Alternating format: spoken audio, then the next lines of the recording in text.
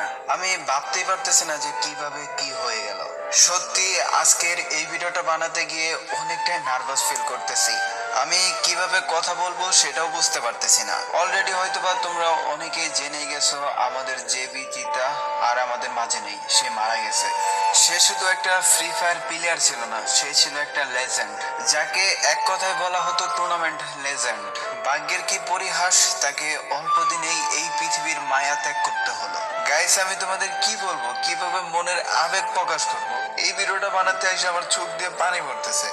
আজকে এক প্রকার ধরতে গেলে এই ফ্রি ফায়ারের জন্যই তার জীবনটা দিতে হলো। জেবি চিতা এ ছিল একটা ফ্রি ফায়ারের সাচ্চা লাভার। এর মতো কখনো আমি কাউকে দেখি না ফ্রি ফায়ারকে ভালোবাসতে। এই ফ্রি ফায়ারের জন্য সে তার নিজের জীবন বাজি রেখেছে। শুধুমাত্র একটু গেম খেলার জন্য সে তার হসপিটাল থেকে চলে এসেছিল। এখন তোমরা অনেকে আছো যারা কিনা জেবি চিতাকে চেনো না। চলো তাদেরকে পুরো বিষয়টা খুলে বলি। জেবি চিতা, এটা তার আইডির নাম। জেবি অর্থাৎ হচ্ছে জো বেকার্স, আর এটা হলো তাদের একটা টিমের নাম, যেটা ফ্রি ফায়ারের আরেক লেজেন্ড নাইম আলম বানিয়েছিল। আর চিতা এটা হলো তার গেম নাম। তার নামও যেমন ছিল চিতা, ঠিক তেমনই গেমের ভিতরেও শিকার করত চিতাবাঘের মতো।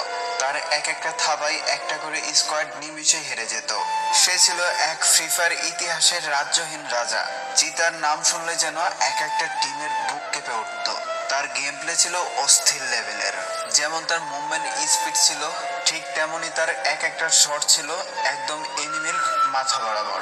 জেবি চিতার পুরো নাম ছিল তৌহিদুল ইসলাম সিয়াম। তার ফুসফুসের ভিতরে পানি জমে গেছিল, তার বুকের ভিতরে অনেক ব্যথা ফিল করত। তারপর কিছুদিন আগে সে একটা ডাক্তার দেখাই, আর ডাক্তার দেখার পর তাকে ইমিডিয়েটলি হসপিটালে ভর্তি হতে বলে। কিন্তু ওই সময় ছিল বাংলাদেশ ফ্রি ফায়ারের সব থেকে বড় টুর্নামেন্ট এফএফবিসি, আর সেখানে তার নিজের টিম জো বেকার্স ছিল। আর সেই টুর্নামেন্ট ফাইনালে টপ ওয়ানে থাকলে, অর্থাৎ টপ ওয়ানে কোয়ালিফাই করতে পারলে সৌদি আরবে গিয়ে ফাইনাল টুর্নামেন্ট খেলার সুযোগ পাবে।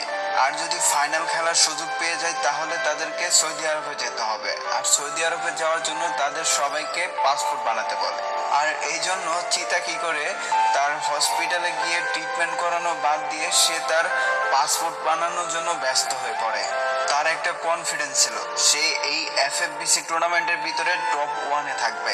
আর এই জন্যই তার পাসপোর্ট বানানোর জন্য কয়েকদিন সদর অফিসে দৌড়াদৌড়ি করে। আর এইভাবে আস্তে আস্তে তার শরীরের কন্ডিশন খারাপ হতে শুরু করে। একটা সময় গিয়ে বুকের ভিতরে এতটাই চাপ অনুভব করে যে চিতা আর দাঁড়িয়ে থাকতে পারতো না। তাই তাকে সবাই মিলে হসপিটালে নিয়ে যায়। আর তারপর পরীক্ষা নিরীক্ষা করে দেখে তার শরীরের ভিতর পানি চলে এসেছে। তার হাত পা ফুলে গেছিল, তারই সাথে বুকের ভিতরে ফুসফুসের ভিতরে পানি জমে গেছিল। এক পর্যায়ে তাকে অপারেশন করা হয় এবং ফুসফুস থেকে পানি বের করা হয়। আর এই অপারেশন করা অবস্থায় সেই ছেলেটা অর্থাৎ চিতার টুর্নামেন্ট খেলে। সে তার দেশ এবং টিমকে এতটাই ভালোবাসতো যে এত বড় একটা অপারেশনও তাকে থামিয়ে রাখতে পারেনি। সে তার দেশের জন্য লড়ে গেছে, সে তার টিমের জন্য লড়ে গেছে। তারপর গাইস, এই ছেলেটা কি করে জানো, সেমিফাইনালের দিন তার ডাক্তারকে বলে সে নাকি করোনার টেস্ট করা হয়। আর এই কথা বলে সে হসপিটাল থেকে একটা ছাড়পত্র নেয়, নয়তো তো তাকে হসপিটাল থেকে বের হতে দিবে না। আর তারপর সে এই মিথ্যা কথা বলে হসপিটাল থেকে একটা ছাড়পত্র নিয়ে সে সরাসরি চলে যায় সেই টুর্নামেন্ট খেলার জন্য, যেখানে হস্টেলের ব্যবস্থা করা হয়েছে সেখানে। মানে একটা ছেলে কতটা ফ্রি ফায়ারের জন্য পাগল হলে, একটা ছেলে কতটা টুর্নামেন্টের জন্য পাগল হলে এই কাজগুলো করতে পারে। সে তার এত বড় একটা অপারেশন, শরীরের ভিতরে জ্বর, ঠান্ডা, শরীর হাত পা ফোলা, এগুলো নিয়ে চলে এসেছিল সে এত বড় একটা টুর্নামেন্ট খেলার জন্য। আর সেই টুর্নামেন্টে তারা টপ ওয়ান পজিশনে না আসতে পারলেও তারা টপ টুতে এসেছিল। আর ঠিক ওই সময় এফএফবিসি টুর্নামেন্ট খেলার সময় জিকু ভাই তার সাথে দেখা করে। দেখো জিকু ভাই তার বিষয়ে কি বলে। জানি বেশ কয়েকদিন আগে এফএফবিসি এর মঞ্চ অনুষ্ঠিত হয়েছিল, সেখানে যারা ফাইনালে অংশগ্রহণ করেছিল তারা সবাই প্রায় একসাথে একত্রিত হয়ে গেম খেলছিল। আমিও সেদিন যাই সেখানে তাদের সাথে দেখা করতে এবং তাদেরকে উৎসাহ দিতে। সেখানে গিয়ে সবার সাথে দেখা করার পর ফ্রিকের কাছ থেকে জানতে পারি চিতা খুব অসুস্থ। আমি জানতে চাই কি হয়েছে চিতার। তখন তারা বলে চিতার লাঞ্চে অর্থাৎ ফুসফুসে পানি জমে, আর যার কারণে তার গায়ে প্রচন্ড লেভেলের জ্বর এবং তার হাত পা ভীষণ খারাপ ভাবে ফুলে আছে। আমি কথাটা শোনার পর আতঙ্কিত হয়ে যাই। যখন তার সাথে দেখা করতে যাই, গিয়ে দেখি সে বিছানায় শুয়ে আছে একটা কম্বল মুড়ি দিয়ে। তার কপালে আমি হাত দিলাম, হাত দিয়ে দেখি তার শরীরে প্রচন্ড পরিমাণে জ্বর। তাকে আমি জিজ্ঞেস করি, ভাই তোমার কি হয়েছে? তখন সে বলে হাসতে হাসতে, ভাই কিছুই হয় নাই, জাস্ট এখানে একটা ছিদ্র করছে আমার পিঠে, ফুসফুস থেকে পানি বের করছে। আমি বললাম হোয়াট? জাস্ট একটা ছিদ্র করছে আর তোমার পিঠ থেকে পানি বের করছে, মানেটা কি? তোমার কি হয়েছে? বলে ভাই আমার এখানে পানি জমছে। আমি বললাম এই কন্ডিশনে তুমি এখানে কিভাবে আসলা?